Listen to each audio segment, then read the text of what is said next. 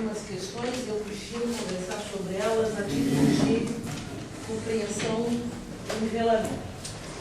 Então, eu primeiro vou perguntar, obviamente vou dizer quem eu sou e vou perguntar quem vocês são, porque o nosso contato presencial é este, depois eu só vou conhecê-las lá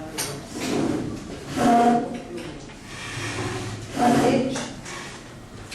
E vou explicar também um pouquinho das questões que me levaram a escrever esse texto orientado por esse percurso e não outro, e vou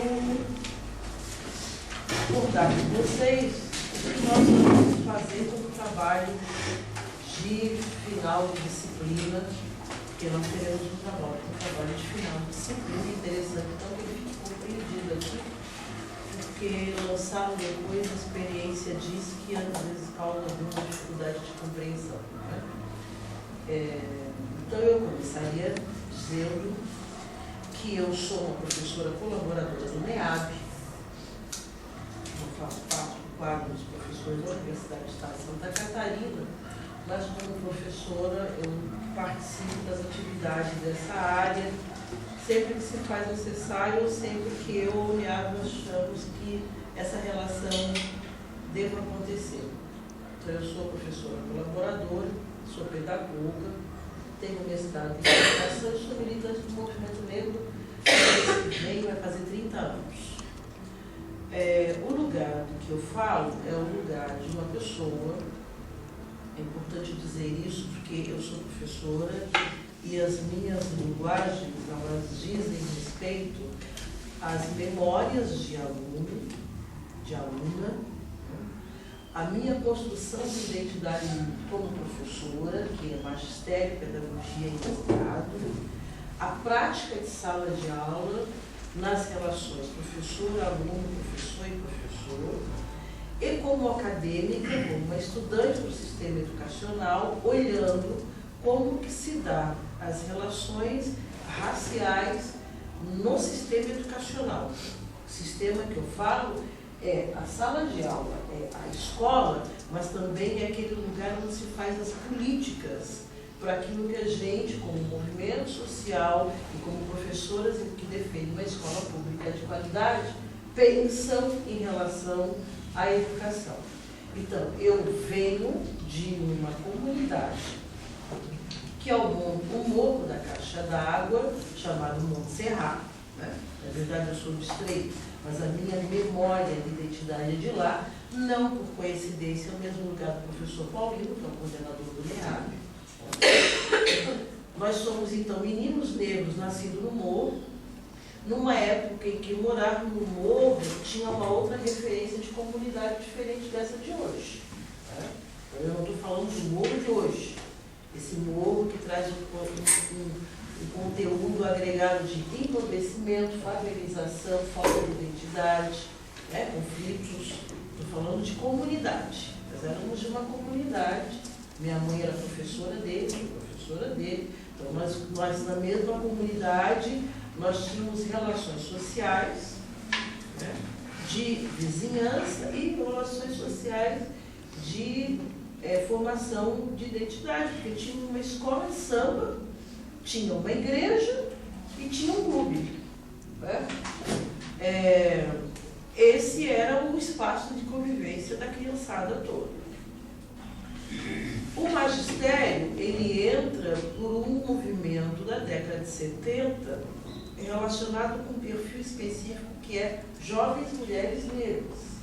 Então, nós vemos de uma ancestralidade que são de famílias que estão ascendendo, mas muito mais lentamente do que as famílias brancas, e que quando as primeiras classes médias vão se constituindo nesse universo de Florianópolis, a gente percebe que ela é uma composição de homens no serviço público militar.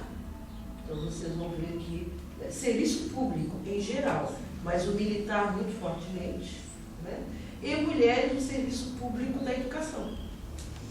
Há ainda um grupo menor que vem pela área da saúde, mas não desse lugar que está o militar. Então, essa é a composição de classe média.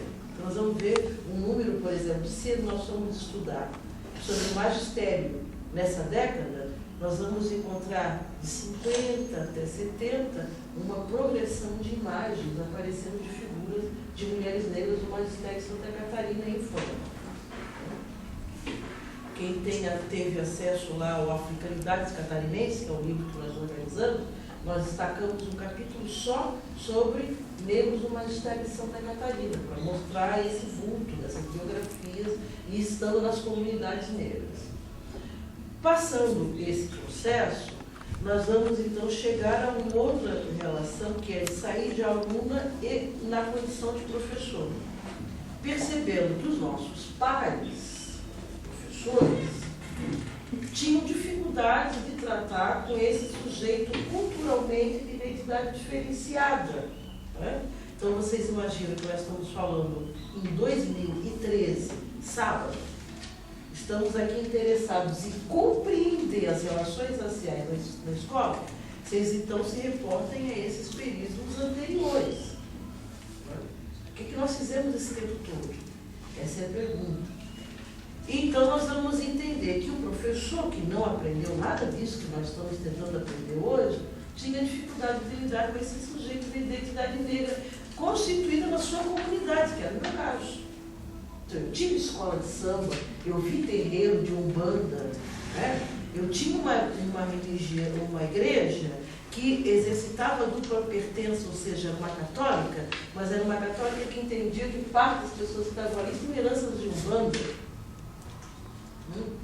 Então, lá em cima tinha time de futebol, lá em cima tinha o boi de mamão gentil.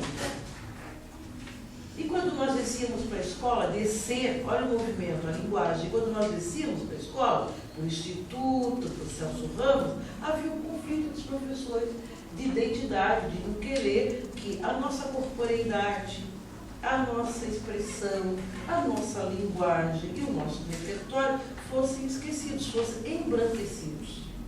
E aí, então, é onde eu assumo a posição de professora, a pensar, não, peraí, eu sou igual a esses meninos que aqui no conselho de classe estão dizendo que são isso, não é problema. Isso é traço de identidade. Então, a partir desse magistério, eu começo a discutir relações raciais e educação em Santa Catarina. Bom, dizendo isso, eu vou dizer que o meu trabalho hoje é de formar professores no tema da educação em relações étnico-raciais. Formar professores é um conceito muito amplo. Na verdade, eu não formo ninguém, as pessoas já estão formadas. Eu prefiro dizer que o meu trabalho é desconstruir as pessoas do que elas têm de traços de incompreensão das relações raciais na sociedade brasileira. Porque eu entendo que o racismo, o preconceito e a discriminação, eles são sistêmicos. Né? As pessoas têm um comportamento para o qual elas foram educadas a ter. Isso é sistêmico. A hora em que o Estado romper essa relação sistêmica e trabalhar com uma educação não racista, com uma escola não racista, as pessoas não serão racistas. Na hora em que a sociedade não tolerar mais o racismo de verdade, e não só da forma discursiva, a sociedade não será racista. Quando nós entendemos que o processo todo nosso hoje é de reeducação, e não só de educação, para as relações de gênero, não só etnia, gênero, etnia, orientação sexual, pluralidade religiosa, formas de viver e de ser, que não são aquelas que a gente entende só, né? Que a gente tem como formas de produzir e formas de existir. Ou seja, nós hoje estamos um sábado sentados dentro de uma universidade estudando. Muitos estão querendo entrar aqui e muitos estão sendo forçados a entrar quando não querem. A gente também tem que pensar nisso. Por que a gente diz que o cara bem-sucedido é só aquele que vem para a universidade? Então a gente tem que aprender a se reeducar para outras formas de ser e de existir que não passem por esse modelo institucionalizado legais. Se o cara não fez universidade, ele não é ninguém. Aí ele fez. Daqui a pouco ele é obrigado a fazer mestrado, porque também só com graduação danou-se. Mas ele tem que fazer doutorado, mas ele tem que fazer pós-doutorado. Então, o cara que não faz nada disso é ninguém. A gente tem, por exemplo, como professor, de buscar outras metodologias culturais e pedagógicas. Por que outras metodologias culturais? Ora, bolas, eu estou falando que eu tenho que entender os conteúdos sobre os indígenas, eu tenho que entender os conteúdos sobre os africanos, eu tenho que entender sobre os ciganos, sobre as mulheres, sobre os não heterossexuais, sobre os não só católicos. Se eu disser que eu tenho que entender isso, agrega a minha compreensão que eu também tenho que entender que as minhas metodologias e práticas pedagógicas têm que ser ressignificadas na perspectiva cultural. Eu estou me fazendo entender? Vocês me interrompam a hora que acharem necessário. Tá? Então, a minha prática pedagógica cultural não vai compreender isso aqui só. Isso aqui não é só uma simbologia, uma carteira, uma cadeira, uma sala quadrada. Isso não é só uma simbologia. Isso aqui é uma cultura. A sala de aula é uma cultura. O quadrado da escola é uma cultura. Por que quando o índio começa a fazer escola, faz a escola circular? Não faz quadrado, que é cultura. Então, e como é que fica, então, eu discutir essa cultura circular dentro desse quadrado? Não é para pensar? Isso é metodologia. Então, se eu quero trabalhar com essa questão, como minha disciplina diz que é fundamentos, o maior fundamento tem que começar em mim. Na forma em que eu começo a pegar esses conteúdos aqui e não vou analisá-los na perspectiva cartesiana eurocêntrica. Opa, tem samba no meio, tem rebolado, entendeu? Tem remeleixo. Não é na perspectiva eurocêntrica. Então, dizendo isso, eu digo que eu não lido com professores sujeitos só coletivos, mas também lido com os professores como sujeitos individuais, porque cada um de nós tem que participar e fazer parte dessa desconstrução. Eu estou acostumada a lidar com professores no começo da formação e ao final da formação. Né? Esse espaço aqui é espaço para que as pessoas sintam-se à vontade para colocar as suas dificuldades em relação ao tema. Porque não adianta também a gente dizer que não tem. Tem. Eu estou agora estudando sobre os ciganos. É difícil. É difícil. Eu tenho que desconstruir esse ritmo, essa linguagem, a fala, a escrita, as palavras, as pronúncias das coisas. Entender as relações de gênero, eu uma feminista, ou às vezes trava, entendeu? Não, mas eu tenho que entender na perspectiva dele, não na minha. Né? As questões religiosas totalmente diferentes e complexas. O que é o professor? O professor é um sujeito público, que é um outro desafio nesse processo. Onde é que está a resistência dessa coisa da lei entrar na escola, de ser trabalhada na escola? A falta de assunção do professor que ele é um sujeito público. Ok, existe um movimento da sociedade que aprovou uma lei, é movimento social que fez isso, não foi uma pessoa, nem foi um político, que quer o conteúdo dele no currículo da escola.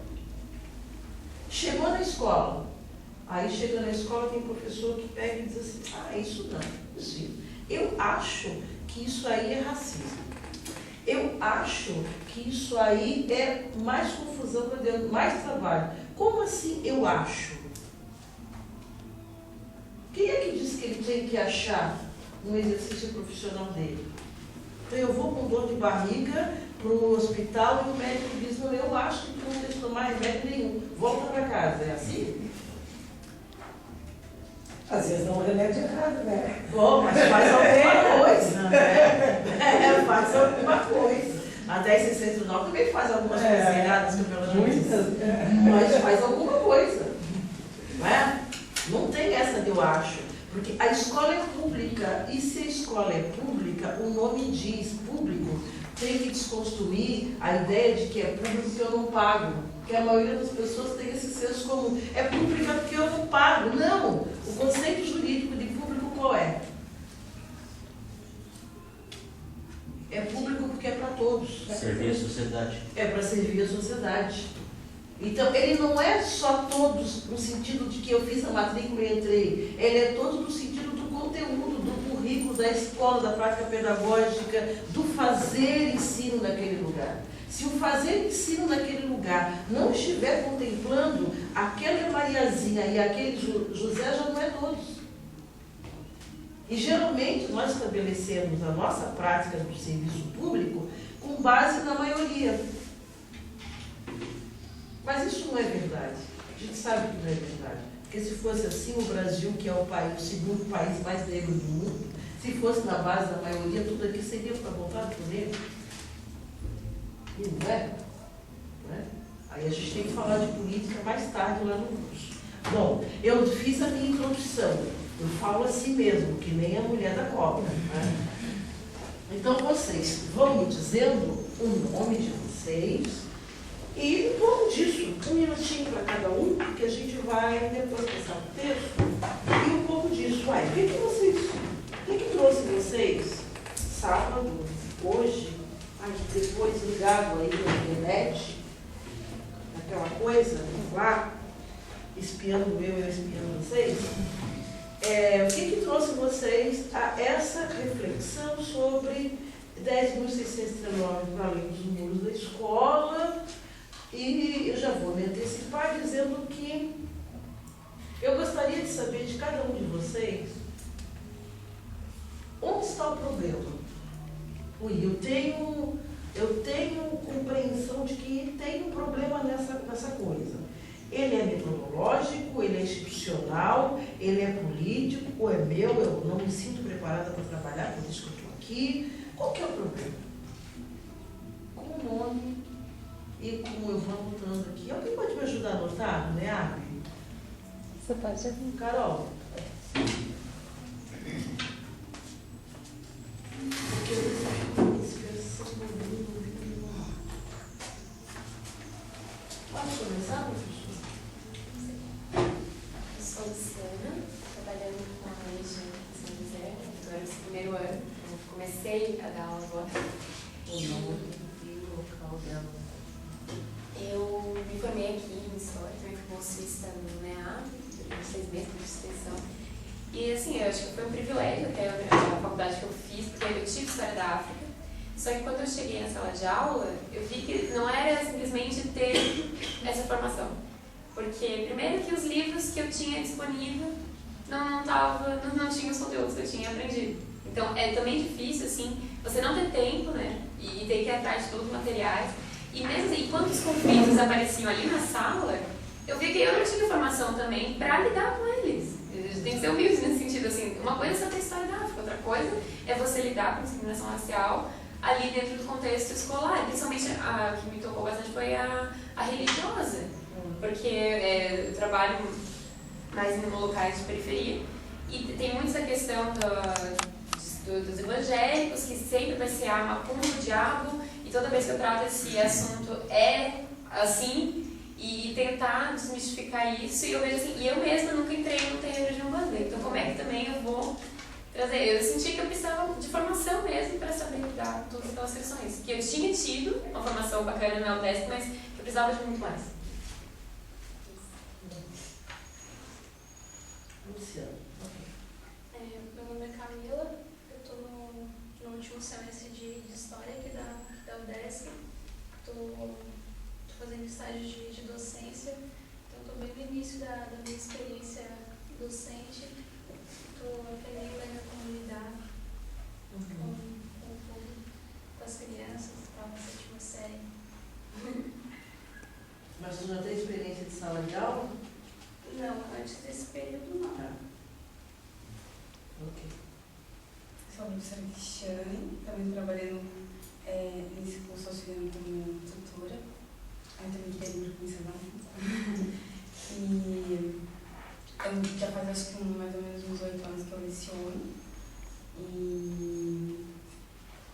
realmente eu senti interesse assim, em conhecer um pouco mais dessa cultura. Na verdade, eu trabalho também com espanhol. E eu, por exemplo, queria conhecer autores que fossem da literatura afro-latina. Porque, na verdade, a mesma coisa que ocorre no Brasil é uma questão da América Latina, né? Então, por exemplo, hoje eu até venho estudando mais nesse sentido, de conseguir compreender e identificar esses autores que são afro-latinos, né? E que eu vejo, assim, o que eu sinto bastante dificuldade em relação a quando você vai preparar alguns projetos, algumas oficinas que são interdisciplinares, por exemplo. Ano passado eu sentia mais essa dificuldade, hoje eu não trabalho mais nesse âmbito interdisciplinar. E você precisa convencer o outro, precisa convencer a coordenadora que isso é uma questão importante. A instituição, por exemplo, no sentido de que o outro acredita que basta se ter se trabalhar, por exemplo, a história da África. Ou seja, mas nem se pensa de que África você está falando, de como você trabalha essa bibliografia, qual a bibliografia que você está passando, né? Então, por exemplo, eu lembro que ano passado eu fiquei, assim, horrorizada quando um professor de história, que era inclusive doutor, assim, veio me dizer que ele estava trabalhando numa sala falando para os alunos que eram negroides. Eu fiquei, assim, consternada. E o problema é isso, assim, é que ele fala aquilo numa reunião pedagógica, que os professores olham para mim e digam assim, mas como você pode ser tão exagerada? Aí a pessoa vem me dizer assim, porque vocês aí, do pessoal do movimento negro, não percebem que são parceiros de vocês. Então, assim, quando uma pessoa fala isso dentro do espaço escolar, assim, parece que você anda e não caminha, né? Porque você está falando de uma experiência ali do início da década de 90, e de repente você está em 2012, 2013, e você continua vendo o discurso dos professores muito conservador, como se a gente não tivesse feito nada, né? Aí, tanto que eu sempre digo a questão assim, gente, mas vai lá e busca no Google, né? Ou seja, então, para quem que a gente está escrevendo? Se nunca chega para ti, né? Então, eu percebo, tem muita dificuldade nisso, assim, no sentido da própria instituição mesmo, né? Porque não consegue orientar sobre as pessoas também. Eu sou a Vanessa, estou trabalhando há 8 meses agora com educação infantil. E eu também vejo muito isso, assim, essa dificuldade de tirar do papel, né? Porque a gente tem até uma parte no projeto político-pedagógico, inclusive foi discutido na reunião, que a gente não pratica, não leva esse assunto para as nossas crianças, mesmo tendo crianças que, né, são afro. E é onde que eu estou buscando, assim, até mesmo para levar isso dentro da reunião. Assim, qual é a rede? Aqui de Florianópolis. Municipal. Tá. Meu nome é Elisângela, trabalho atualmente com educação infantil na rede municipal de São José. Venho buscar esse curso pelas necessidades que eu estou sentindo na minha prática, seja pelo que eu já comentei, que os meus alunos foram numa apresentação de dança africana e teve um estranhamento muito grande. Seja por uma outra aluna que eu tive que sentava sempre atrás de uma amiga de cabelo loiro, liso, e ficava brincando com aquele cabelo durante a aula toda. Seja por outra negra também, uma aluna negra que eu tive, que sempre com aquele cabelo todo trançado, na mesma turma, todo trançado, todo arrumado, que tinha um orgulho daquela cor, daquele cabelo, né? E que a outra não tinha, né? E eu observando essas questões, ou então da mesma da cor do lápis, que tem algum desenho para pintar, eu quero a cor da pele, sempre tem isso, ou então uma aluna negra não aceita pintado de marrom, a outra faz alguns comentários que vão surgir nesses conflitos dentro da sala, que às vezes a gente tem a boa vontade de querer argumentar, de querer explicar, mas falta conhecimento. Meu nome é Lidiane, esse ano eu estou na EJA. Na docência eu tenho entre educação infantil, tem magistério, né? Sou graduada em letras, né? E fundamental e médio, então eu E nesses 12 anos eu vi quase que nada, tive quase que nada de formação, informação, né, a respeito do tema, né, do tema ZAF.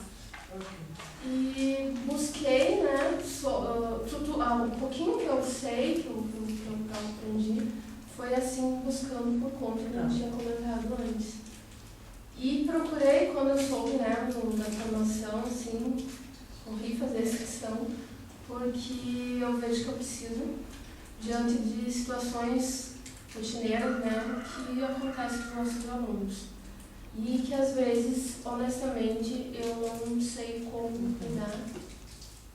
E, principalmente, entre os colegas, como a colega está falando ali anteriormente, de um certo, né, preconceito dentro da própria escola e não tendo um suporte para o professor, né, lidar com essas situações aí. Então, eu procurei para eu ter essa informação e passar adiante, né, com os meus alunos no dia a dia.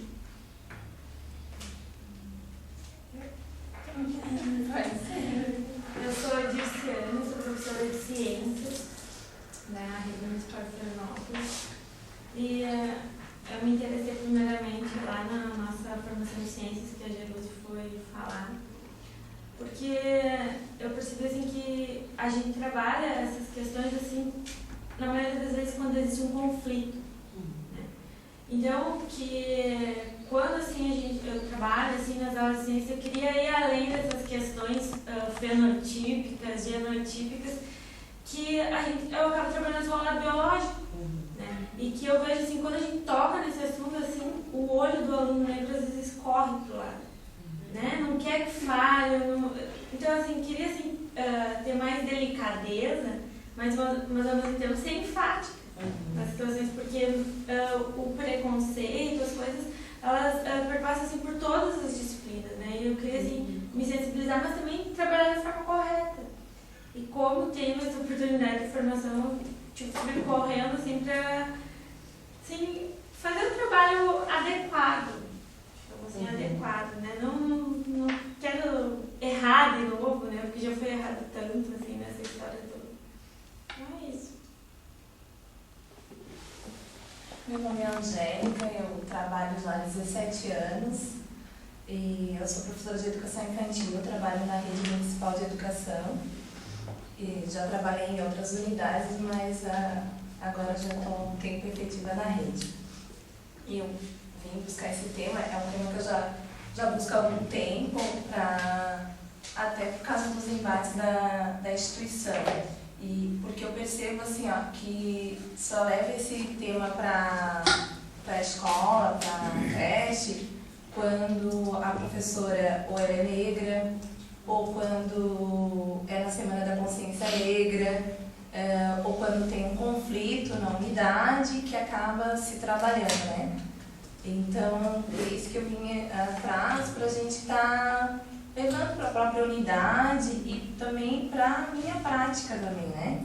Atualmente eu trabalho com os bebês, então não consigo, não estou podendo, não desenvolvendo um projeto com as crianças, mas eu gostava muito de, quando eu trabalhava com os maiores, de estar desenvolvendo junto com as crianças projetos na relação, né?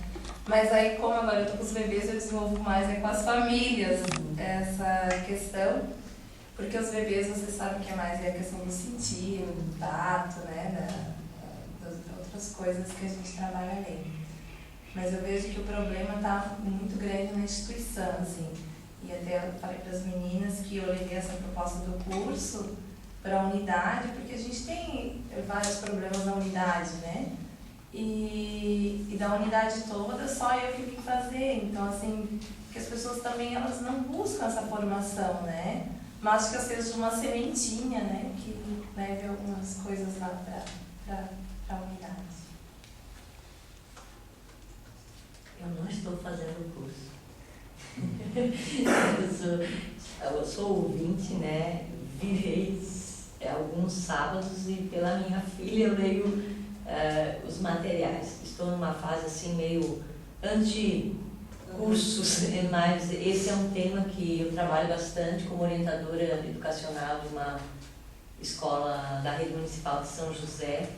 É um tema para mim recorrente no meu trabalho, na fala com os professores. Agora nós estamos repensando a questão do currículo. Então, assim, como está pensando o currículo em se abrir? Ainda é uma caminhada bem lenta, bem tímida, porque assim eles ainda não aceitam conversar sobre as diferenças como uma possibilidade de estar permeando todo o currículo escolar. A gente ainda encontra bastante dificuldade. A gente tem as religiões cristãs como uma grande barreira para a gente estar abrindo essas discussões, especialmente no grupo de professores. O ano passado, acho que eu tive a parte mais difícil. Esse ano eles já se abrem para discussão, então eu estou bem contente, né? Então eu quero estar vindo aqui pontualmente alguns dos temas que é para até me respaldar, me animar. Eu gostei muito da primeira parte, né? Porque assim, tem coisas que a gente já sabe, já leu, já estudou, mas parece que no dia a dia da escola a gente parece que desacredita. Meu Deus, será que eu acho que isso não funciona mais? E de repente, vindo aqui, eu já adorei. Falei, poxa vida, era uma coisa que a gente já fazia, deixou de fazer, a gente volta. Como é o seu nome? Nilva. Nilva? Isso.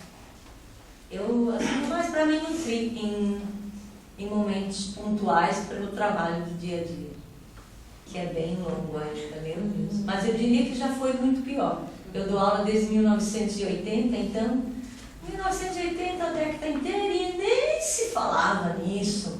1990 começou-se um discurso da diversidade, bababá, pouquinho, né? Em 2000, para além dos discursos, vieram as leis, vieram já o material mais...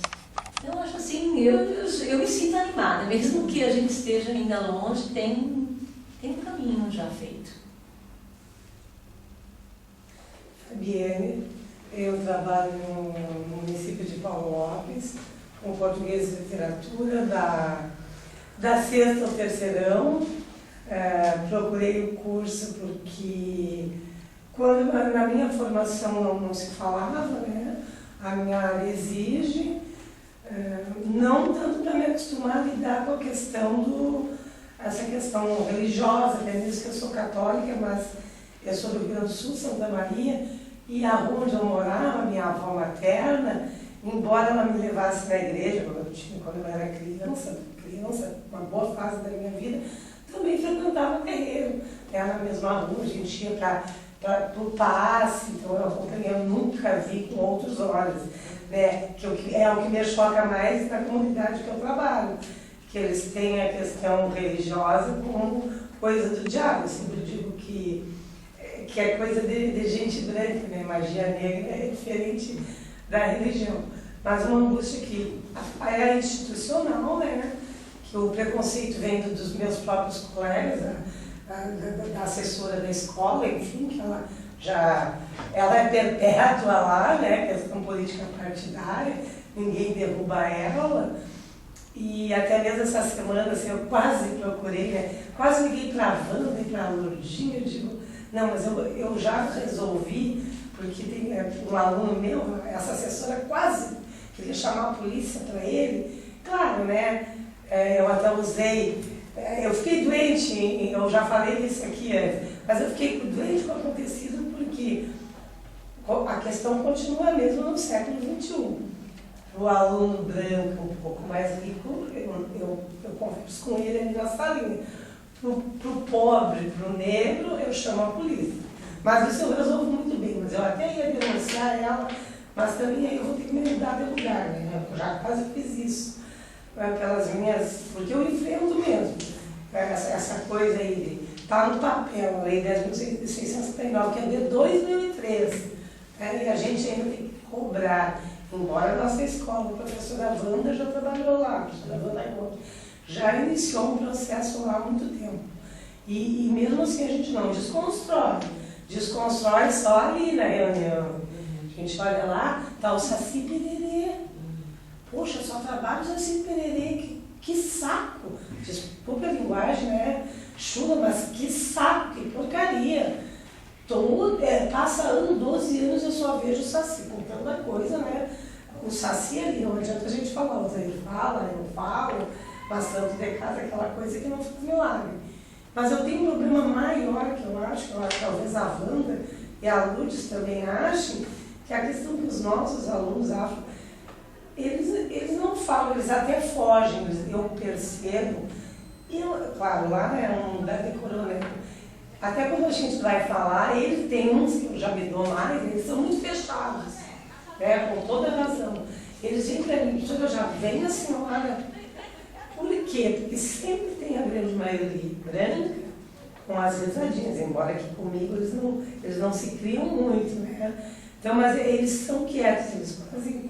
E eles parecem que já aceitaram que eles são alunos para reprovar, né? Para ficar ali, trabalhando, trabalhando no serviço braçal, né? Nós temos só uma menina que se formou, enfim, da comunidade ali, teve uma oportunidade que também foi política partidária, né? E é muito fechado ainda, né? Eles ficam no mundo deles assim. Eu ainda consigo entrar um pouco com eles, mas eu não consigo que eles me falem o que eles gostariam. Eu sei que eles gostariam que o preconceito não existisse, mas ali não tem como, porque eles mesmos se isolam, né? Na hora de é só eles, na hora do grupo de fazer trabalho também, né? Ou eles fazem sozinhos, não querem fazer com alguém, que a grande maioria são brancos, né? Embora seja uma comunidade quilombola, remanescente quilombola. Então eu acredito que para aprender, né? Não aprendi quase nada, sempre que tem um curso, a gente procura, porque é sempre pouco, né? A gente sempre tem mais para aprender, então, por aí. As minhas angústias, né? Tenho muitas angústias e dúvidas. Bem, meu nome é Odeio Souza, trabalho na mesma escola que a professora Fabiana e Paulo Lopes, embora moro em São José já há 7 anos. Eu gostaria de falar um pouquinho como você iniciou aí, de onde eu venho. Eu venho da escola, uma universidade particular, que é o Instituto Barão, que isso já há 15 anos de formação, bacharel licenciado em História, sequer falava em História da África.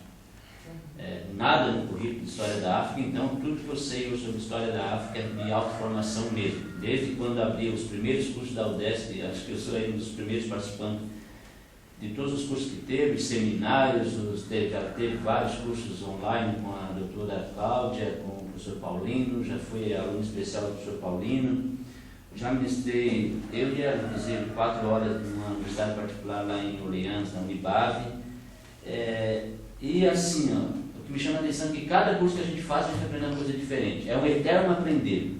Esse curso aqui vai me complementar, semana retrasada teve um curso de História da Arte, muito bom, a professora Cleide, também fornecido pela UDESC, não, pelo LEFIS, que é o Laboratório de Formação de Sociologia da UFSC, porque a minha autoformação na História da África me deixa a desejar na História da arte, na literatura africana e afro-brasileira, então eu vou atrás. E a professora lá, desculpa, não lembro o nome, falou de uma coisa interessante que é assim, não adianta a história da África da África, isso aí já deduzi. Você tem que trazer a história da África com as formações das relações raciais junto.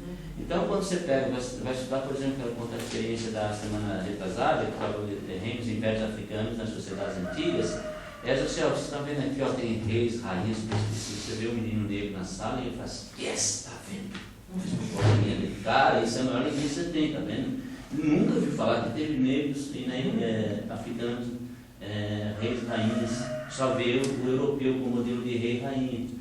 Então são coisas assim que vai nos animando a cada vez buscar essas formações, que uma vai complementando o outro, E aí, uma coisa que chama a atenção, os livros didáticos de história estão vindo muito bem formulados, já bem, digamos assim, em relação ao que tinha antigamente, né? Quem vê os livros de história atual, até porque se não tiver questões relacionadas a indígenas e afro-brasileiros no MEC já recolhe bastante deles e estão diminuindo, eles diminuem as folhas, né? Às vezes o MEC corta muita coisa. É uma outra coisa que a questão das gravuras do Roget e Debrenos, Rogendas e Debrenos de história, tá, né? Aquela coisa da escravidão, não enfatizar aquilo é mais o africano como construtor da sociedade. Então a gente está sempre aprendendo, mas o que mais me incomoda, eu quero voltar para onde está o problema, o institucional político, isso me mata. Sabe assim, no terceiro, depois de 2003, 2 anos depois, eu dei uma relação para a gente formar em Paulo Lopes o tal de... Inventei o nome Copirp, porque tem lá em Criciúma o Copirp, aqui em Florianópolis tem, eu acho, Copirp, né? Sim, o secretário de Educação simplesmente pegou numa reunião, vou analisar. E foi para baixo da gaveta e está até hoje, porque é o mesmo gestor há 8 anos, infelizmente. E aí, numa segunda vez, depois de uns 3 anos, no primeiro momento, que a gente não quer ser chato, dá muito quanto faz. Eu não dou mesmo assim. Fui novamente, tinha aquele documento lá, ele tirou da gaveta, quase uns 3 anos depois, ele tirou, pois cara, que me deu, como é que eu esqueci desse negócio? E daí, isso aí vai sair quando? Porque como a professora estava falando ali, no início, ela falou, se não tiver uma equipe pedagógica, se não tiver pessoas, professor sozinho, até segue, mas se for uma coisa interdisciplinar, muito melhor, se for uma coisa de projeto, se for uma coisa de Estado, política de Estado, e aí a professora Jerusalém deve saber, deve acompanhar alguma coisa de Estado que pertence. Nosso Estado mental, ele é horrivelmente ruim. A nossa genética de Laguna não tem política pública nem em outra comunidade africana, afro-brasileira. Não tem, né, professor? Não tem. A de Laguna, eu falo que a de Laguna é professora regional de Laguna. Agora os demais regionais eu não conheço. Então lá acho que nós não temos nem o chamado capacitador, não sei, chamar uma pessoa responsável. Integrador. Integrador. Acho que nem isso eles têm. Então, assim, é nós sozinhos em sala de aula e vamos tentando desconstruir o que foi construído aí durante mais de 500 anos. Tarefa árdua. Se tiver mais de 1 milhão de cursos, eu posso participar. É isso. Boa tarde. Meu nome é Leonardo, eu sou formado em História aqui na universidade. Eu trabalho na Secretaria de Cultura de Santa Catarina e eu venho participar desses cursos numa tentativa de complementar a formação, como a minha colega que formou também falou, a história da África que nós temos na universidade, ela não contempla questões tão pedagógicas, inserção em sala de aula, então você se depara com muitas questões e precisa de um embasamento para trabalhar essas questões. Então por isso que eu venho a esses cursos, escutar a fala de outros professores, escutar relatos, porque a gente aprende bastante, né? Então esse é um motivo que eu venho, um dos motivos que eu venho e me disponibilizo. Meu nome é Ana Beatriz, trabalho com educação especial e vim fazer o curso a convite da Inara, minha amiga, para conhecimento profissional e pessoal também.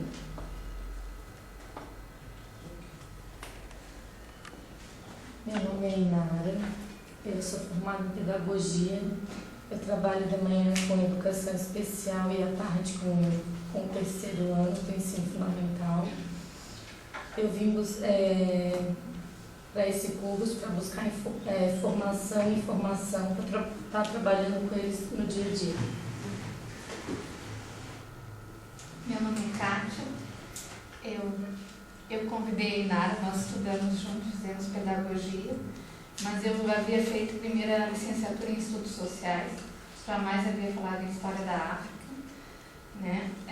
O que a gente tem foi que a gente teve na faculdade e que nem o professor participa de tudo que é curso. Então, busca slides aí da Luneável, é difícil não estar lá, uma fotinha. Mas, como a professora falou aqui, a professora Milena, o trabalho com a literatura, a gente, apesar na geografia, atuo mais na geografia, né?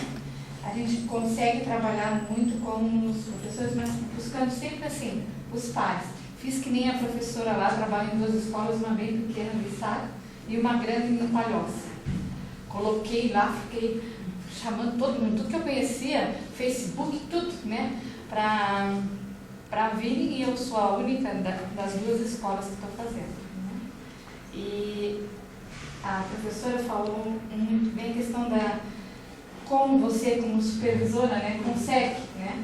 E nós lá na escola, nós temos assim, como uma professora não negra vai, assim, defender, né, o trabalho com a lei. Porque nós temos lá o nosso projeto de lei pedagógico, a lei consta lá. Desde 2005, eu participei daqueles cursos da Kizomba, tudo, baú de histórias, né? Vamos sempre lá para a escola. No CAI, eu trabalho no CAI, que é uma escola grande em Palhoça. O município tem lá uma funcionária só que é para fazer essa mediação, mas não consegue. E eu acho que assim, um dos maiores empecilhos, conforme a Karina, né? Eu sou Cristina, desculpa. É a questão não só da instituição, mas também dos outros professores, né? De como, né? Às vezes, assim, eu tinha muito, assim, a minha amiga era professora de ensino religioso, e aí era, assim, o projeto da professora, porque ela é negra, né? E aí agora a professora está fora de sala e não tem, né? Então agora, como é que vai se manter o projeto da professora, né? E aí, assim, máxima, assim, e como o que dificulta o trabalho é a questão do preconceito que o Odair falou, né? Ele não é velado, ele é silenciado, ele é escrachado. Tá? Talvez eu acho que é isso que mais me surpreende nas escolas hoje, é que não é algo assim que, principalmente nas reuniões, né? É algo assim que é, como você mesmo falou. Nós começamos a fazer, nós fizemos a Kizomba, teve um ano nós fizemos a camiseta, uma frase do Mandela atrás, linda. Aí ano passado nós estávamos tentando fazer novamente a Kizomba. Aí fomos fazer a camiseta e nós íamos colocar o símbolo ADINCA, né? Aí, a nossa supervisora, ela foi lá pesquisar. Kizomba, uma dança lasciva, não sei o quê. Eu sou contra isso, né?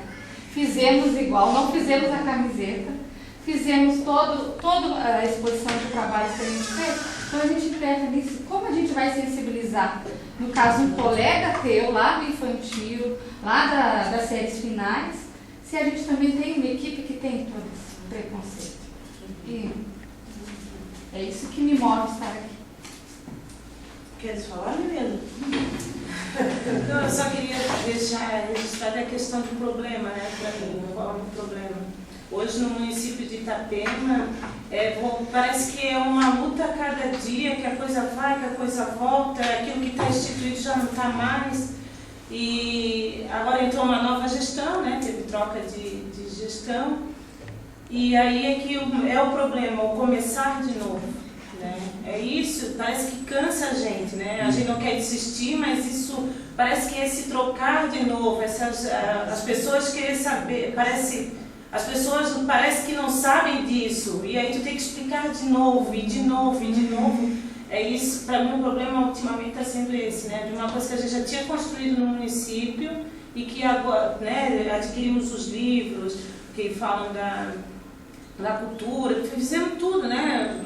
E não, os livros que a professora Geros foi organizadora, e agora parece que apagou tudo, porque trocaram as pessoas. E aí eu acabo fazendo isso em grupos menores, que é onde eu atuo. E os livros estão escondidos lá no lugarzinho da biblioteca, onde só eu e ele soubemos. E aí o problema é isso. Não some. Nível de rede, nível de institucional, a luta é bem... E não tem a sensação, assim, às vezes, só queria te perguntar uma coisa assim, parece que, não é que você duvida daquilo, mas parece assim, que até você começa a dizer, meu Deus, será que a gente entra em paz? Faz sentido? Então vamos voltar para essa discussão e dizer o seguinte, eu anotei todos os problemas, e ele perpassa todas as questões do que significa hoje trabalhar com relações raciais na sociedade brasileira. Essa coisa que tu disse que a gente meio que fica ao militante, ao estudioso, é que eles acabam instituindo um comportamento do qual nós achamos que será, porque eles dizem que nós exageramos. Né? Eles dizem que nós estamos vendo racismo em tudo quanto é campo. E eles começam a lidar com a nossa saúde mental. É uma questão séria. É sério. Aí o menino lá de Paulo Lopes, não bastasse o poder instituído na cidade, dizendo que ele não é um de dentro, ele é um de fora, né? Ele não é um de dentro, ou seja, ainda está colocado o Estatuto Colonial, ainda está colocado as relações de Casa Grande e Senzala. Aquele que tenta utilizar os mecanismos da contemporaneidade que garante igualdade, aí são colocados no limbo do marginal, que vem entre a sua condição social ou ambiental e risco. E é sério isso. É sério. O racismo institucional desconstrói a legitimidade daqueles que estão à margem. Na verdade, fazer parte de um movimento é só para os fortes.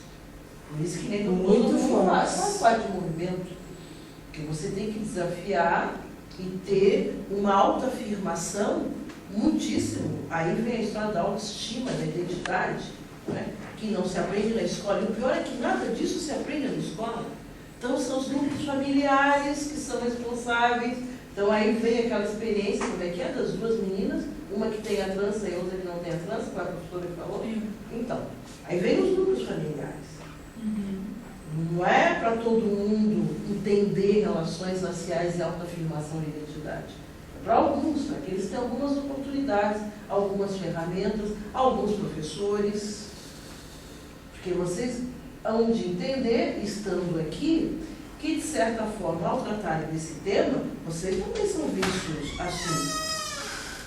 O que vocês estão lá se metendo com isso? Como assim? Vocês também estão traindo eles na branquitude? Porque a gente fala do movimento da negritude, mas a gente esquece de falar que a branquitude também é um movimento. Que a gente só percebe o movimento da branquitude na hora que a gente vê com as questões da negritude. Que daí ele está instituído. Uai, eu não preciso dizer que eu não vejo isso. Eu sento pela manhã para ver o jornal e anoiteço vendo o último programa da televisão e eu vou pautando. O que eu vejo de negro? Agora eu estou trabalhando com isso, orientando uma pessoa da área da comunicação institucional. Então eu me dei o trabalho de pegar um bloquinho, que eu já sabia, mas pesquisa a gente não faz sabendo, a gente faz pesquisando. Né? Então eu fiquei ali olhando. Programa de manhã, começa com a Ana Maria Braga. Gente, cozinhar sempre foi coisa de preta, mas quando virou status, embranqueceu. Inclusive o gênero muda. Olha quando de homem cozinheiro aparece que nós somos mulher. Cozinha era coisa de mulher. Mas quando a coisa muda de status, mas as meninas brancas estão em volta da Ana Maria Braga. Se vocês observarem bem essa cena, porque na verdade ela não cozinha nada. Quem cozinha são as meninas negras, que não servem para ser protagonistas do programa. É a Maria que já está preparando o prato, que tem 3, 4 prontos, para ela só mostrar a etapa final. Percebam bem isso. Às vezes não aparece nem o rosto das moças, mas a gente vê a mão das pessoas que estão ajudando a Ana Maria Braga a mostrar que ela... E as pessoas não se dão conta disso. Mas sabe, deixa eu só comentar uma coisa. O nome tem mais papel que é o papagaio do que a moça que está ajudando a Maria a Eu estava até sensibilizada pelo curso que eu estava vindo, e eu vindo lá da Palhoça, dirigindo o carro. Quando eu estava entrando na ponte, tem uma placa com um homem negro bonito de capacete branco. E eu pensei, será o que a pessoa que pensou essa placa quis passar? Que era o rapaz, o engenheiro que fez o projeto, que está ali, ou aquele que foi lá e colocou, que fez o serviço braçal, sabe? Qual será o papel daquele negro ali? Então, essas são questões que a gente tem que observar.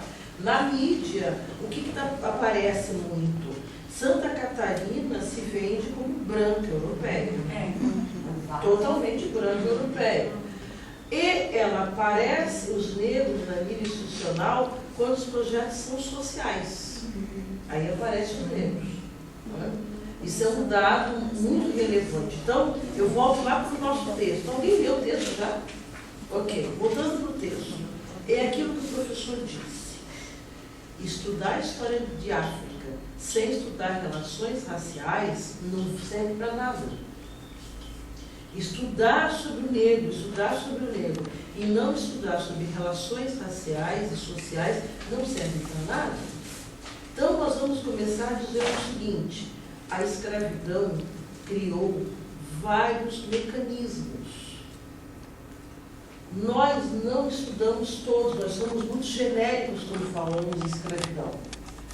Nós não conseguimos ainda, em 2003, entender o impacto da escravidão no Brasil. Poucos conseguem, poucos. E um dos mecanismos que a escravidão construiu foi o da escola como um lugar para o negro. Se a gente não entender isso, a gente não vai entender por que precisou ter lei, por que precisa ter cotas, por que eu preciso sentar no banco de escola para trabalhar com educação em relações étnico-raciais. A escola foi construída como um não lugar. E eu não estou trabalhando aqui com categoria de exclusão, vejam bem, porque isso é contemporânea, inclusão, visibilidade ou invisibilidade. Era não lugar mesmo. Isso não é lugar para negro. Tá? Eu trouxe como exemplo legislações.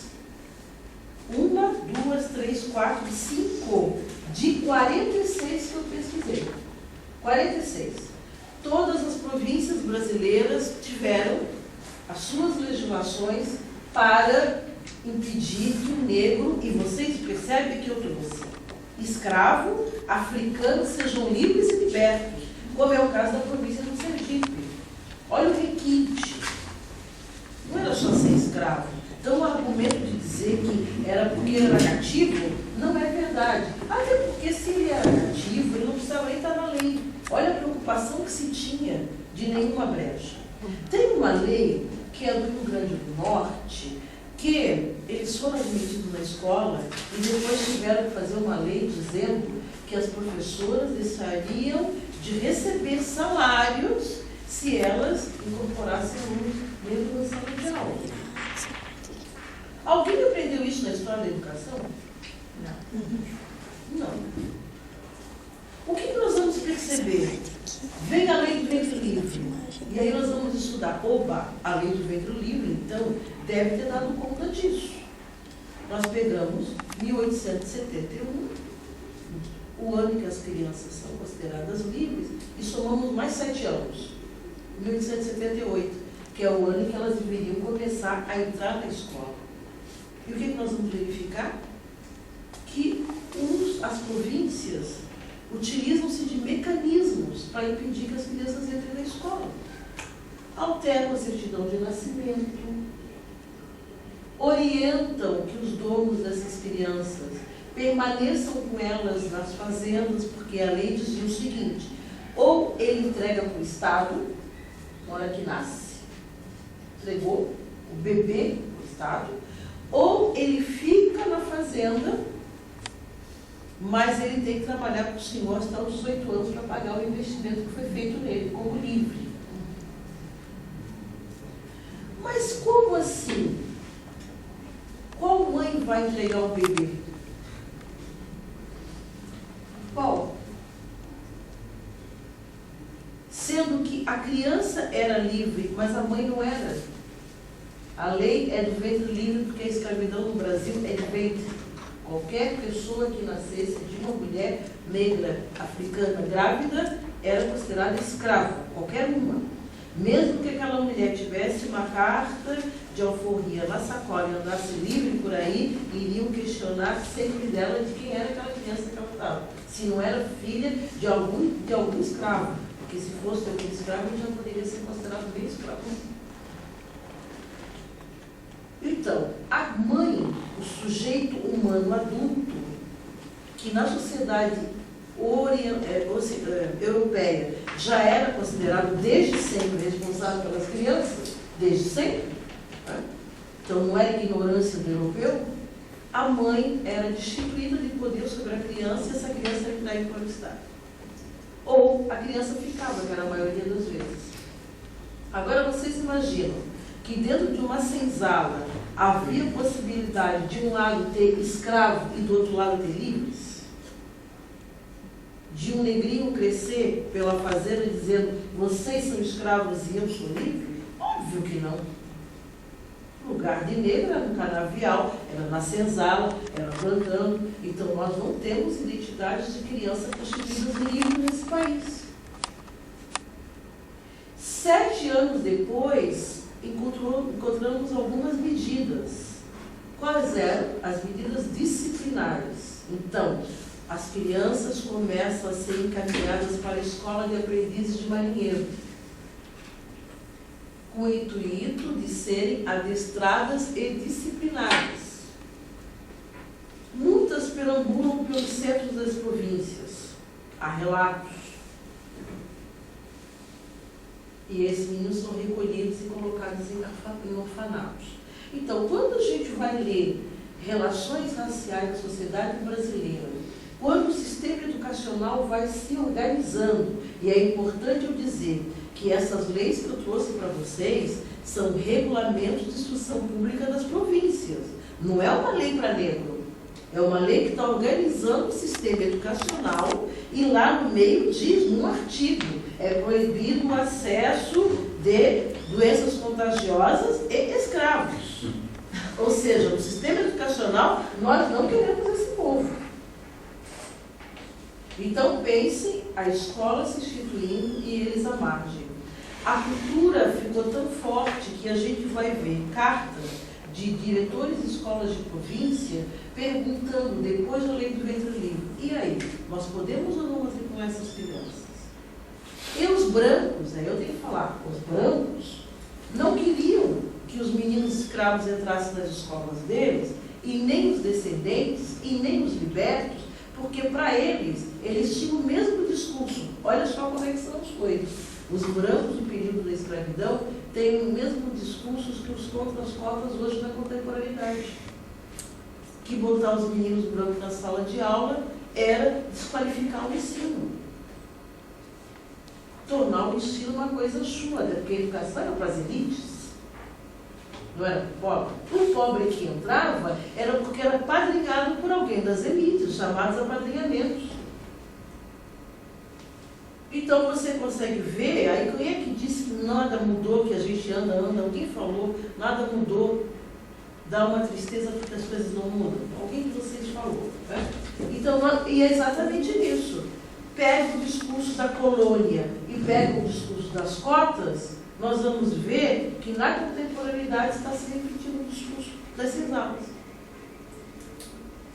Que quem é que está reclamando hoje tem o mesmo comportamento senhoril que o senhor da senzala daquele período. Esse desafio a gente tem que enfrentar, que é a análise de discurso. A segunda questão que é importante entender na educação das relações étnico-raciais é que nós tivemos uma abolição da escravatura em 1888. E uma lei para trabalhar com conteúdo de matriz africana em 2003. Reflitam, o que aconteceu durante esse período? Por que nós chegamos tão tardiamente a essa conclusão política, porque não é social ainda, é política, de que nós deveríamos trazer esses conteúdos para a sala de aula? O que motivou politicamente isso? Primeiro, o Brasil, a partir da década de 90, passa a alinhar-se no rumo às grandes potências mundiais. Tanto é que, na minha época, eu aprendi que nós éramos subdesenvolvidos, nós estávamos no bloco do sul também. Tá? Quem é? Bom, sim, eu tenho 53 anos. Então a gente veio, passou pela ditadura cantando esse é um país que vai para frente, né? Que era a história do petróleo é nosso, e diriri. Hoje nós já estamos entre os 10 maiores do mundo.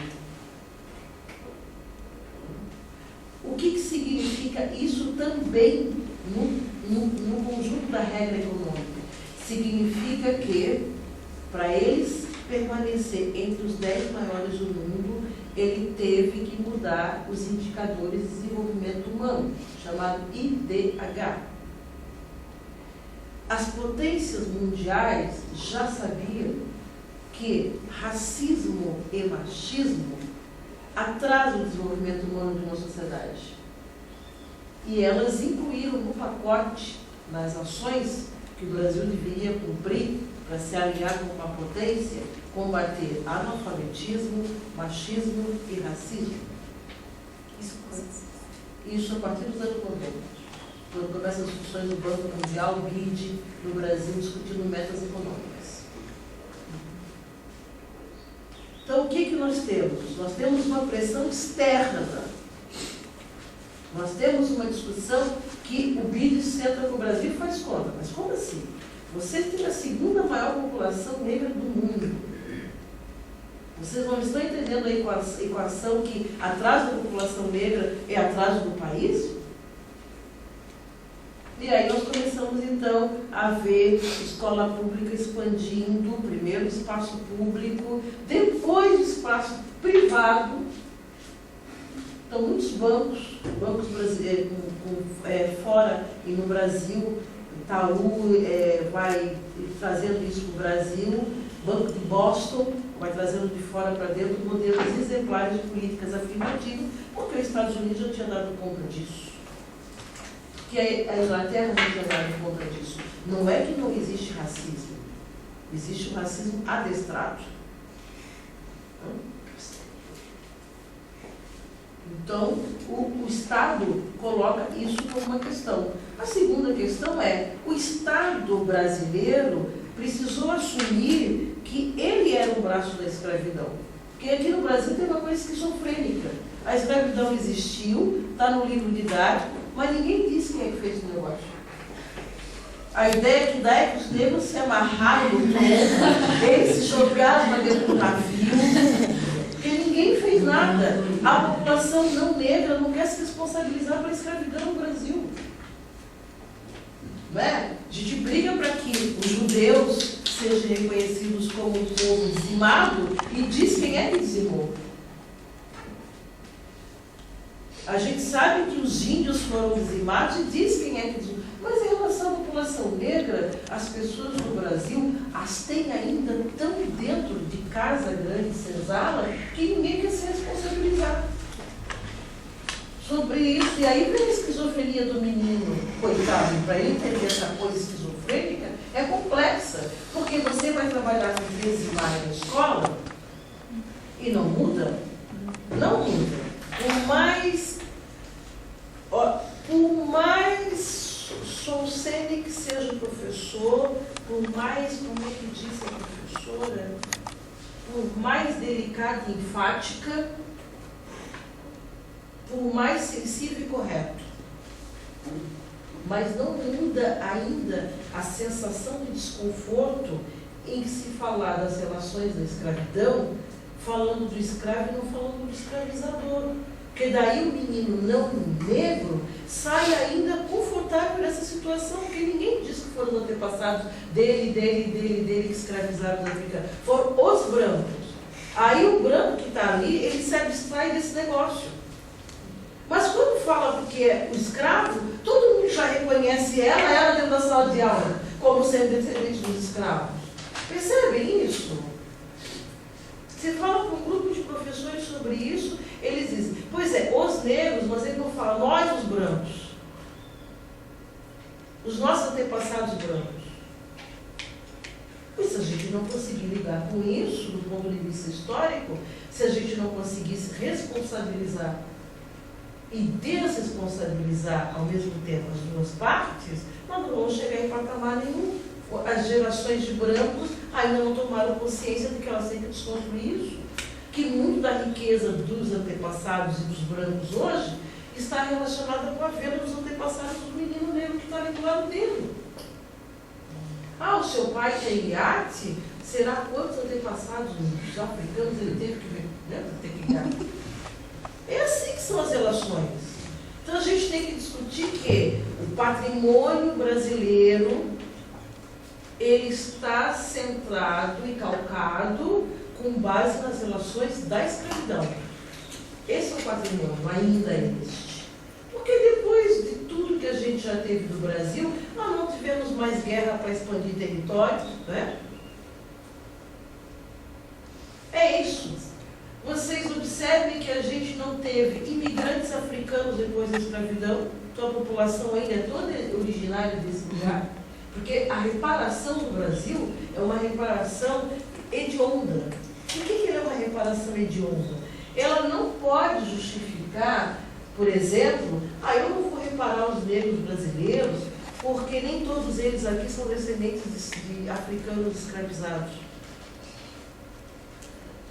Muito pelo contrário, é um dos poucos países do mundo que todos os descendentes, que todos os negros descendem de africanos escravizados, porque não houve imigração negra. O Estado proibiu a imigração negra depois da abolição da escravatura. Como proibiu a escravidão asiática. Os imigrantes europeus foram trazidos para o Brasil para embranquecer o país. Aí vem a discussão dos reinos. Entre no site da revista Nova Escola, dá para entrar aí? Por onde é que eu começo, professora? Porque a história da África, outra fala que eu ouvi para ser fantástica, me dá conteúdo, mas não me contempla a questão pedagógica. Bingo, também, como todas as outras questões que eu coloquei. Onde é que mora a questão pedagógica? A questão pedagógica mora na primeira referência de conteúdo que é a humanidade nasceu no continente africano. Ponto. Então esse tema não é tema de diversidade coisíssima nenhuma. É tema de humanidade. Diversidade é flor, é bicho. Se eu digo que a humanidade começou na África, como é que eu transformo esse tema em tema de diversidade, em tema de inclusão? Não, isso não é tema de diversidade, é tema... Então, a minha prática pedagógica deve dizer a todas as pessoas isso. O homem, nós, eu, vocês, começamos na África. É diferente de dizer a Milena, a Carol, a Jerusa e a Cristiane. Nós e os outros. Não é nós e os outros, é nós começamos na África. Que isso é um problema seríssimo. Fala. Eu quero falar sobre uma questão que nós levantamos lá no grupo de ciência, acho que a gente lembra, que esse conceito de raça, na verdade, se a gente for ver pela classificação assim, de seres vivos, ele não existe. É um conceito criado para diferenciar, mas na classificação biológica, ele não existe. Porque nós vamos até um ponto, se a gente começar lá no reino animal e vir descendo a classificação, a gente vai chegar onde? Em gênero e espécie. Todos somos do mesmo gênero e da mesma espécie. Esse conceito de raça, tanto para cachorro, gato, cavalo, gente, ele foi criado para separar. Né? Então, até esse conceito, nós questionamos lá do Lembra, que nós temos que ter cuidado nisso, né? Essa questão da palavra raça mesmo, né? Aí a gente vai para os conceitos básicos, que a gente vai chegar lá, mas enfim, reinos africanos. No trabalho da escola, as crianças questionam isso. Deixa a humanidade aí. Vai ser os reinos, é um mapa, não é? Mas eu não quero exatamente esse. Vai aí. Não é um mapa que tem diversos reinos? Não, tem. Acho que é Porque tem uma... É isso. Vamos esclarecer só um pouquinho. Aqui é um mapa, ele é um mapa bem simplificado. Vocês estão vendo daí? Ou só eu estou vendo esses pontinhos todos? É que esses pontinhos lá do Data Show. Oi? É o Data Show. Tá. Bom, eu só localizando para que vocês busquem em casa e olhem como é interessante esse mapa. Ele é muito simplificado, ele tem, na cartografia, ele só é recomendado como material complementar, mas aqui vocês vão encontrar todos os reinos africanos com os quais a população que é originária do período de escravidão de lá foi trazida para cá. Aqui é o lugar, né, geograficamente hoje apontado, isso é uma coisa que eu nem tinha muita noção, passei a ter a partir desse mapa há uns 2 anos atrás, o lugar de onde o homem, a origem do homem. Então, assim, já não é uma coisa mais abstrata, porque a história da África antes era difícil, professor. Há 30 anos atrás, estudar a história da África era uma coisa complexa, a gente não tinha acesso à internet, ao Facebook, né? As coisas eram muito... Então, eu quero dizer isso porque, primeiro, a humanidade nasceu aqui, está lá no mapa, está registrado, está datado. Segundo, a população africana que foi trazida escrava para o Brasil, ela não foi trazida por acaso, não é? O professor disse, o menino quando vê que tinha reino na África, ele faz yes! Né? Eu pego então o mesmo momento histórico, faço uma tabela para as crianças e mostro. Tá, tinha a era dos reinos na Europa, né? Período de reinos. Tinha um período de reinos também na Ásia. Eu posso pegar filmes para mostrar o último imperador. Eu posso mostrar lá os filmes sobre Elizabeth, a era vitoriana, se eu quiser. Eu posso também dizer que os europeus também guerreavam entre si, porque tem um argumento de que na África eles guerreavam, capturavam escravos e vendiam. Bom, mas eu também tenho lá filmes que mostram que escoceses e ingleses brigavam. Atenienses. Escravizavam também. Exato. Então, mas aí que está, professora. Na verdade, a gente tem que buscar desconstruir coisas que só foram colocadas para a África. Não é? Eu sempre digo que a Europa não nasceu no circuito Milão, Itália, né? Não nasceu nesse circuito. Já pavimentado é muito difícil. A Europa nasceu nas selvas europeias. A África nasceu nas selvas africanas. A Ásia nas selvas asiáticas. Onde mais? Ou a gente achou que já começou tudo Minha Casa Minha Vida. Não é assim. Não é, a gente tem que desconstruir isso. Então, por que esses africanos foram trazidos? Puxa, eu estudo o reino do Mali e já tinha uma universidade lá, centros acadêmicos, Tombuctu. A Unesco foi lá e tombou, quer dizer, a Europa viaja, conhece a África, a Ásia conhece a África, a América do Norte conhece a África, porque eles têm centros de estudos africanos em Harvard, tudo quanto é lugar lá na América do Norte, Canadá. Mas nós aqui na América do Sul não conhecemos a África. Nós ainda estamos com o discurso colonial. Eles lidavam com ouro, forjavam ouro, tinham técnicas de construir enxada, paz, que para aquele período, hoje a gente fala isso, não pode significar nada, mas para aquele período, dominar essas ferramentas era o que o europeu precisava para trazê-los para o Brasil como escravos. Ou seja, gente, saiam daquela discussão de que o africano veio para o Brasil para criar o samba, a feijoada, o pagode e a capoeira.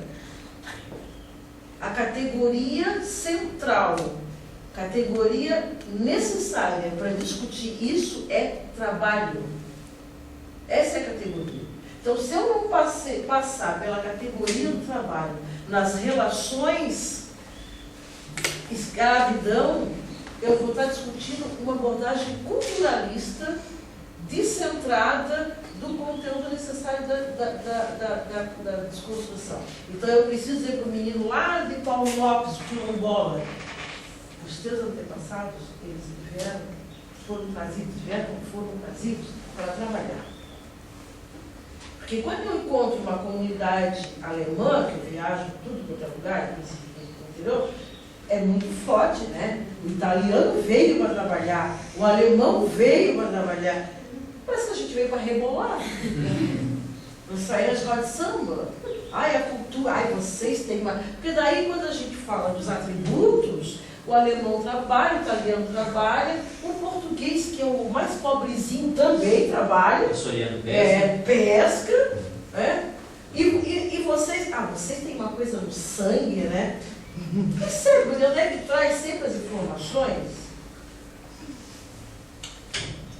Então, e nós reproduzimos isso na escola, porque se o professor pega essas relações, eu e o Paulino, nós éramos alunos da mesma escola, numa comunidade negra, e ele ri da minha cara o tempo inteiro, a gente já ri desde quando a gente era pequeno, porque eu me lembro de um teatro toda animada na escola, numa comunidade de morro, mas com a professora branca, a professora Elizabeth, e teatro, tal, e todo mundo ali envolvido no teatro, meu papel foi ser pedra. Ficava baixadinha, a menina chegava, sentava, dizia o texto.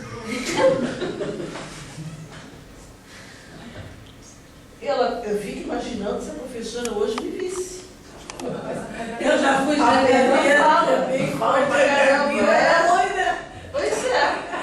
Pois é. A construção da identidade, como a escola passa pelo período eugenista e higienista, que faz com que as pessoas sejam fiscalizadas do seu corpo, corta a unha, vê o cabelo. E as meninas são motivadas a passar o tal do pente quente no cabelo. Quem é que falou da menina loira que mexia na... Então, mas isso não é só desse tempo, é do nosso tempo. Porque quais são os adjetivos que isso tem? Não é cabelo bonito, né? Cabelo ruim. Ele é ruim, ele fez mal para alguém algum dia. Ele é ruim, ele é bombril, é duro, é pichain, pichaco. Mas quase todo mundo é pichaco no Brasil, porque o cabelo liso é recessivo da genética, não é? Sim. Mas eles não mesmo isso, né? Que todo mundo seja, é o que a Sandra de Sá fala, é Sarará crioulo, né? Você sabe que o brasileiro é Sarará crioulo, que as músicas que a gente vai trabalhando exatamente para discutir o cabelo da Lelê no texto, na música de Sandra de Sá, mas mesmo que todo mundo tenha, se ele puder apontar as relações de inferioridade no biotipo, ele vai trazer a cor da pele e ele vai trazer o cabelo. Nossa, tanto que eu percebo assim, que quando uma pessoa é afro e ela tem um cabelo, por exemplo, que é liso, eu vejo que, por mais que ela se identifique assim, como tal, né? As pessoas olham assim, não, mas olha o cabelo dela como é bom. É bom. Então, assim, aí ela vira indígena. Vira indígena, né? Porque não é negra, é indígena. Aí ela é indígena, não é disso. Mas esses traços são traços de embranquecimento. A gente não pode perder essa categoria. Anotem aí, procurem algum texto para ler sobre embranquecimento. Não funciona a gente dá tudo. Mas é importante porque, assim como tem o embranquecimento biológico, estético, social, há também o embranquecimento pedagógico. A gente tem aí uma linha que trabalha com pedagogia do embranquecimento, né? Porque a gente não precisa nem ir muito longe. Prática. Eu ainda não tenho conteúdo negro no currículo. Então, tá aí a pedagogia do embranquecimento em exercício. Eu ainda precisei brigar com os livros didáticos para ter personagem negro no livro didático que não fosse a empregada. Com toda a polêmica do mundo, que não fosse só os livros que tivesse a tia Anastácia. Que tivesse os negros como protagonistas. Então, tudo isso é embranquecimento.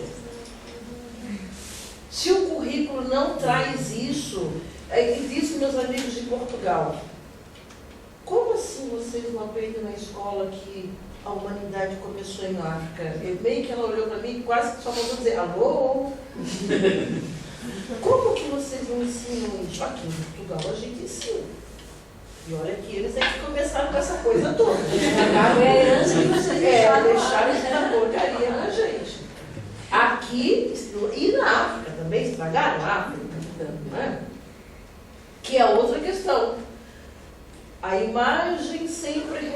partida qual é? Sempre da pobreza, sempre da destruição, sempre da desgraça, mas ninguém discute fatos. Dá para baixar isso aqui agora? Fatos. Se nunca mais entrou negro no Brasil, nunca mais, nunca, né? Vamos supor, vamos trabalhar aqui que a proibição começou aqui. Se nunca mais entrou, se os negros eram trazidos em navios negreiros, um grande percentual morria no caminho, e ainda assim eu sou a segunda nação mais negra do mundo, vocês têm ideia de quantos negros que foram trazidos para esse país? O quanto que foram de milhões? Em navio negreiro, morrendo quase que 30% de cada embarcação. Só que as pessoas falam assim, nossa, quantos que foram trazidos? E não conseguem analisar o impacto disso por lá. E trazidos para o Brasil, eu não estou nem falando para os outros lugares do mundo, que não foi só no Brasil. Então, se eu pensar que esses reinos foram totalmente descompensados do ponto de vista humano, é uma coisa. Alguém da geografia? Aqui eu não me lembro. Pego depois um mapa da África e vejo como ela foi dividida. Quem é que dividiu a África? Aquele mapa ali da versão humanidade, eu trabalhei já várias vezes com eles, né? Questão dos impérios. E aí depois trabalhava com eles a divisão colonial, né? E tem um que mostra para trabalhar a questão da diversidade de povos da África, né? O quanto que no caso ficaram no mesmo território aqueles povos inimigos, que aí no caso que depois eles justificavam trazê-los para cá, em função daquelas brigas internas. Essa abordagem vocês tiveram na formação?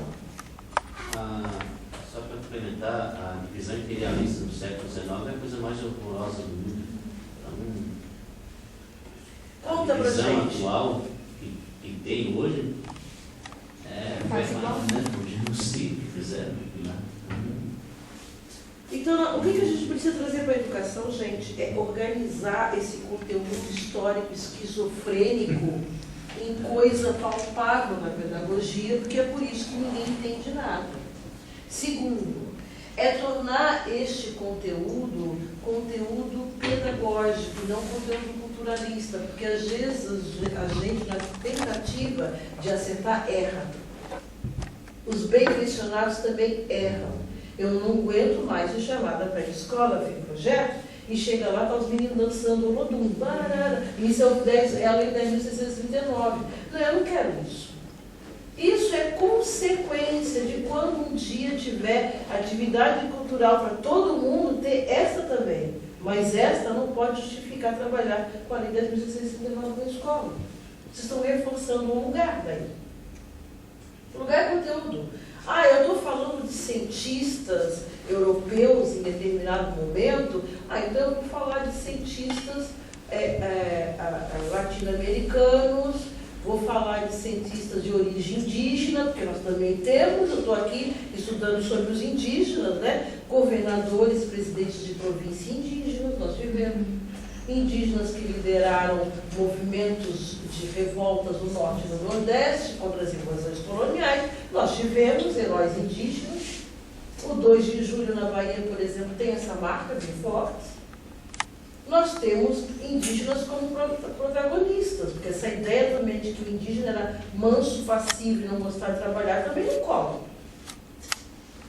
A identidade nacional é uma identidade marcada pelas 3 etnias, é verdade, 3, em todos os aspectos. Eu não falo português do Brasil e ele dizendo que isso é uma língua de Portugal. Está desconstruído isso há muitos anos. O português do Brasil, por isso ele se chama português do Brasil, porque esse português foi construído com o vocabulário europeu, africano e indígena, com o ritmo linguístico africano, indígena e europeu. Por por isso que ele não é igual ao português de Portugal. Vocabulário, linguagem, fala, respirações, tempos, tudo isso tem essa influência. Então não adianta eu ficar numa questão culturalista e não dizer para eles: olha essas palavras, olha a forma, olha o conteúdo. Eu quero remeter para a ideia de que eu estou discutindo isso trabalhando com coisas que nós já sabemos. Ou se não sabemos, vamos lembrar. Primeiro, no texto eu não trago em momento nenhuma referência de raça. Né? Raça não existe. Nós somos todos bonitinhos. Raça é o advento do racismo. Engraçado como a mídia, né? Pessoas, às vezes, como eles usam essa palavra. Muito. Inclusive, eu observo. Não, as pessoas negras também utilizam. Também. Mas em geral, exato. E tem gente que diz, quando ela quer falar, inclusive, ela diz: eu tenho orgulho da minha raça. Isso. Né? Até porque vocês sabem que primeiro as coisas são pensadas na academia para depois chegar até a população. A gente está nesse processo. Então, nós estamos desconstruindo academicamente, cientificamente, mas não é senso comum, porque a escola já poderia ter massificado isso, mas não fez. É como gênero, é como orientação sexual, né? Então, dizem os não héteros.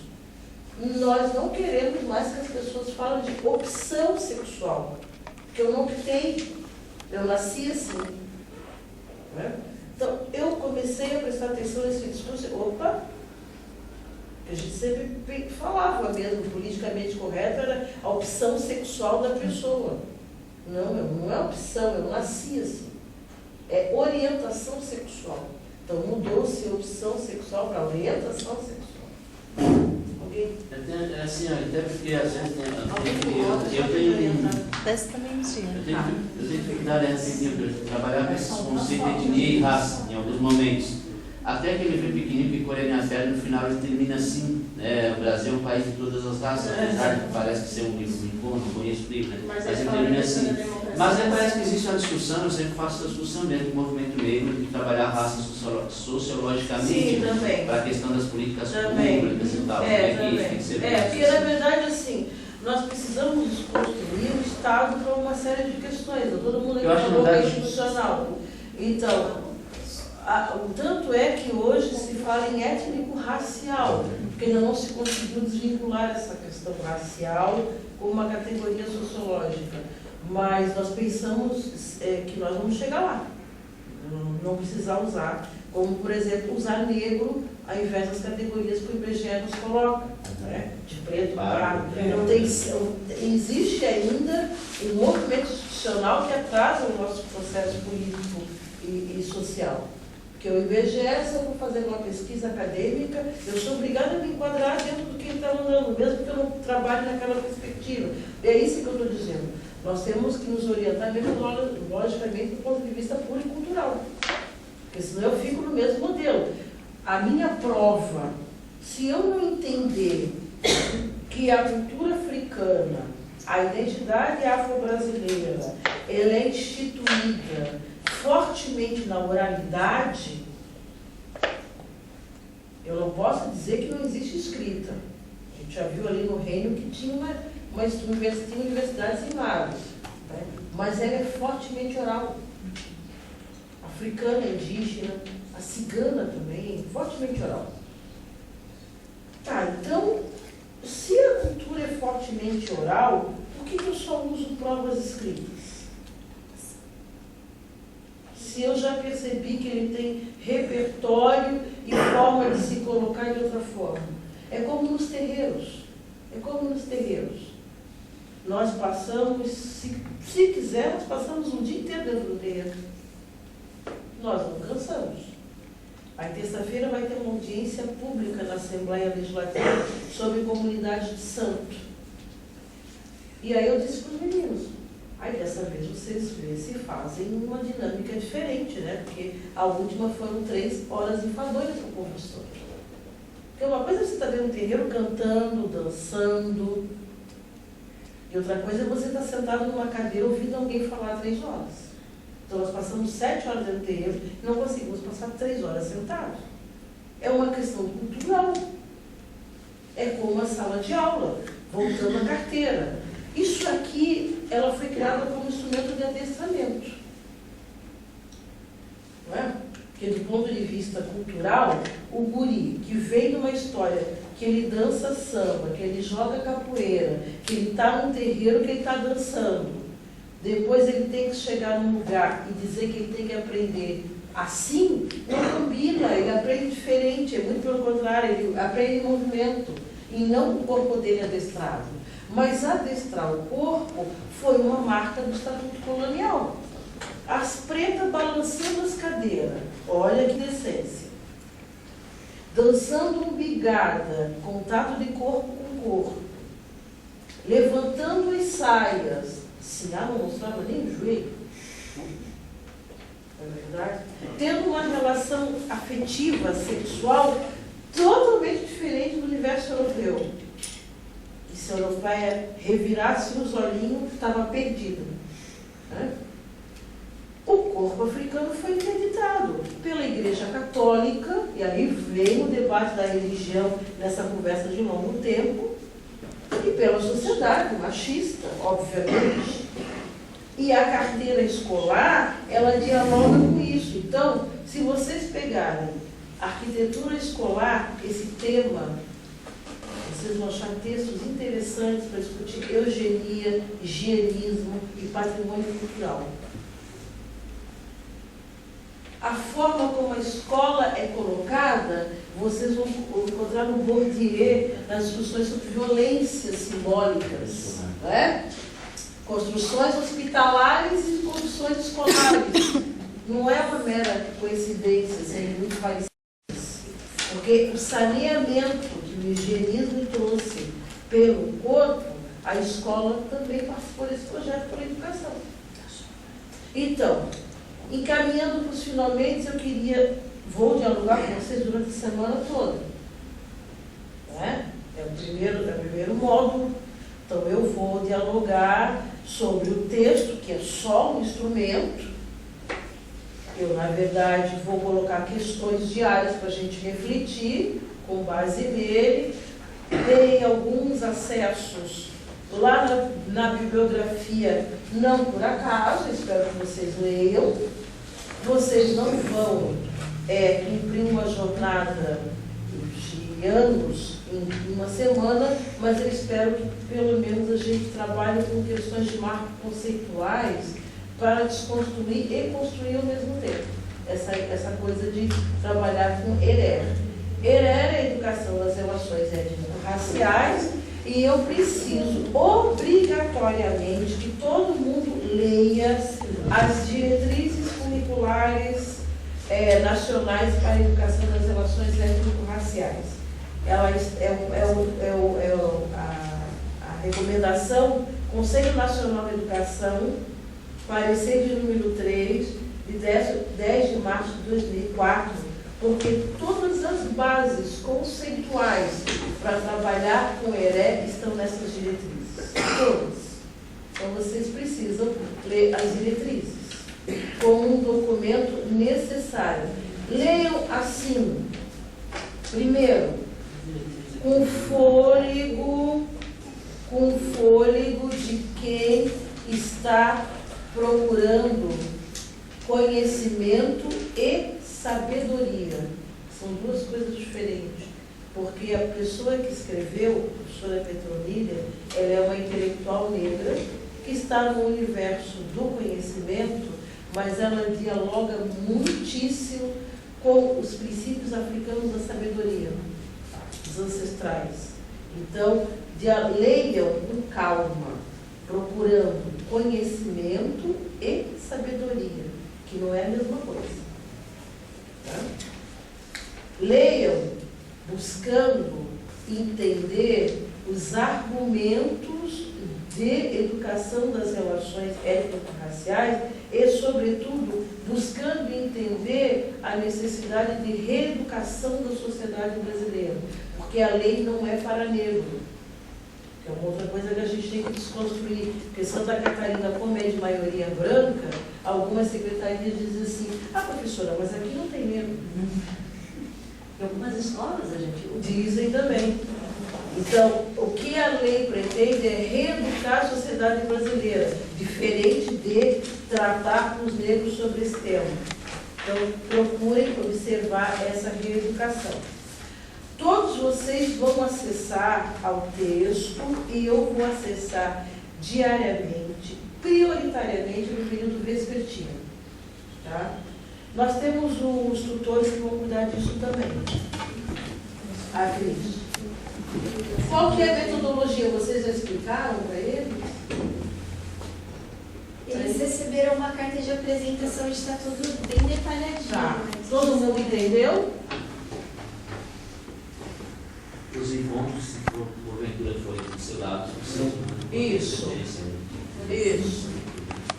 Essa é 4 sábados seguidos agora.